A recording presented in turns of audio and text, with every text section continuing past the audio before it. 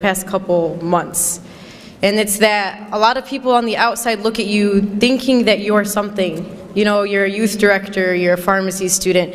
I'm sure many of you are MSA members, you lead things in your masjid, you're in Islamic organizations, you just graduated from college and now you're a doctor, or you're an engineer, or you're a teacher. You just grew a beard and now people are calling you sheikh. You just wore the hijab and people are calling you sheikha. And you know, sometimes it's kind of hard to reconcile the fact that all of these people are looking at me thinking that I am something, attributing the status to me, you know, thinking in their mind that I am superhuman, or thinking in their mind that I'm angelic, or thinking that I'm better than them. And the question comes, well, what happens when the people see something of me, but when I look at myself in the mirror, I see someone completely different? What happens when the person that people see is not who I actually believe that I am? And how do we reconcile between that? So I hope that this is a struggle that I'm not the only one facing. Does anyone kind of feel me on this? All right, alhamdulillah, that's good. I actually have a story that kind of just goes along with this. One of my halqa students actually came up to me the other day. Actually, this was a couple months ago. And she was like, so Shereen, like when you go home, like do you just eat dates and drink zamzam? And I was like, no, homegirl, I eat cereal in the morning, and I eat burgers for lunch, and I eat kushari for dinner. You know, I'm normal. You know, just because I'm at the masjid doesn't mean that I eat something different or I breathe a different type of oxygen than you do. And unfortunately, you know, when we work in these types of organizations or in our masjid, people start to look at you and think that you truly are not human, or that there's, you know, something superhuman about you. So that's kind of the thing that I want to address today is, what do we do when we feel like the person in the mirror is different than the person that everyone else sees? So subhanAllah, you know, something that we have to do is first try to understand whether those people are two different people. Whether the person that you see in the mirror is truly different than the person that your community sees. Or whether you're just being too harsh on yourself and you truly are amazing, or whether you're thinking of yourself too highly and you really should start to reconsider some of the things you've done. And so I kind of came up with a litmus test as to what you can ask yourself to try to understand whether those two people are really two people or if they're one. And the first question that you can ask yourself is, and I want you guys to think about this, if I were to go up to someone in your community whom you work with, or if I were to go up to someone, you know, on your shura in the MSA, or someone in your masjid that you work with, or someone that you've mentored in a halaqah, or someone that you work with at work, you know, your co-resident, or whatever it may be, and I were to ask them, you know, tell me about Shereen. Like, what is Shereen like? What does Shereen, when you're with Shereen, how do you feel? When these people are with you, how do they feel when you're around them? And think of that answer. If I were to go up to someone at work or someone that you work with, what would they describe you as? Okay, think about that in your mind.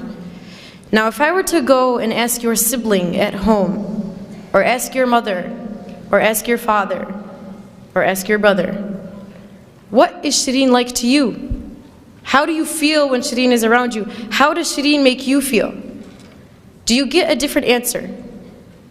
Is it that the people outside think something of you, and when you treat them a certain way, yet you go home and you treat the people at home differently? And if you find that those two answers are different, then know that there's a problem. And again, I wrote this because I need the answer, and I'm saying this to myself before anyone. My mother's in the audience and she can attest to this. But I'm sure many of us can look within ourselves and say, you know what, those two answers are different. The person that I am on the outside is different than the one I am at home. The person that the community sees of me is different than the one that my mother sees of me. You know, and the Prophet ﷺ told us, he said, خَيْرُكُمْ خَيْرُكُمْ لِأَهْلِهِ وَأَنَا خَيْرُكُمْ لِأَهْلِي. He said that the best among you are the best to your family, and I am the best to my family. Why does the hadith not say, خَيْرُكُمْ خَيْرُكُمْ, the best of you are the best to your communities? Or the best of you are the ones who give the best speeches? Or the best of you are the ones who give the best halaqas? Or the best of you are the best at work? Because it's really easy to be good outside. It's really easy to be nice to the people at work, because if you're not, they're going to subtweet you on Twitter. And if you're not, they're going to think you're terrible, and they're going to have this illusion of who you are, and they're going to talk bad about you. But if you do something bad to your mom, she's not going to disown you, I hope. You know, if you're disrespecting your sister, she's still going to be your sister. But if you do something bad on the outside, you can potentially ruin a relationship. And so that's why it's easy for us to be good on the outside, but it's hard to be good at home. And that's why the hadith goes that the best of you are the best to your family, because your true character comes out at home. When you've had a long day at work or a long day at school, you face a lot of difficulties, a lot of struggle, you've had a hard day, and you've tucked it in so no one sees it of you, no one sees the flaws, no one sees the weaknesses. But then you go home and you unleash the monster. You unleash the thing that's been building within you the entire day. And who do you unleash it to? The people that you should care about most. The people that deserve the most respect from you. You know, and that's what we do. So I need you guys to think about that. And Aisha radiallahu anha was asked about the Prophet ﷺ. She was asked, you know, we know that the Prophet ﷺ on the outside is amazing. Tell us about what he's like at home. We don't get to see him at home. Aisha, tell us what he's like at home. And her response was profound, not just in the way that she described the Prophet, but the fact that it came from her. She said, كَانَ قُرْآنًا يَمْشِي, that he was a walking Qur'an. He wasn't just a walking Qur'an when he was at the masjid. He wasn't just a walking Qur'an when he gave a halaqah. Not just when he was in the community. He was a walking Qur'an when he was at home too. The Qur'an that he was walking, he walked outside and he walked inside. The people who were within his home felt the same way that the people on the outside felt. That's why this is profound. That's why this is important. But I'm sure all of us are trying to be that Qur'an and Yamshi on the outside. We're trying to be that amazing halaqah giver on the outside. We're trying to be awesome to everyone on the outside, yet to the people at home we don't care. And there's a beautiful line of poetry that I read the other day, and it's scary. Listen to this. What good am I if I do not fill the plates of the ones who fed me, but fill the plates of strangers? What good am I if I do not fill the plates of the ones who fed me, yet fill the plates of strangers? What good are you if the one who raised you doesn't see anything from what she's raised you with? What good are you as the one who fed you doesn't see any of the fruits of what she's taught you? The one who spent her blood, sweat, and tears on you for 20, 30 years. And the one who is the reason as to why you are who you are today. The one who helped you get there. Yet as soon as we get our degree, as soon as we can speak, as soon as we're something to the community, we forget about everyone who taught us. We forget about the people who made us who we are. So that's the first question you want to ask yourself. What does your public self look like? Versus what does your family see of you? What do the people in the community see? Versus what does your mother see? And what do your siblings see? And the second question that I want you guys to think of, and again, I'm talking to myself before anyone here, is compare what your salah looks like in the masjid, when there's a bunch of people in the congregation, versus your salah at home when the only person that can see you is Allah. When you're at the masjid, do you tend to read the longer surahs? Do you tend to pray the sunnah and then stay and do the adhkar after? And when you're at home, do you do the same?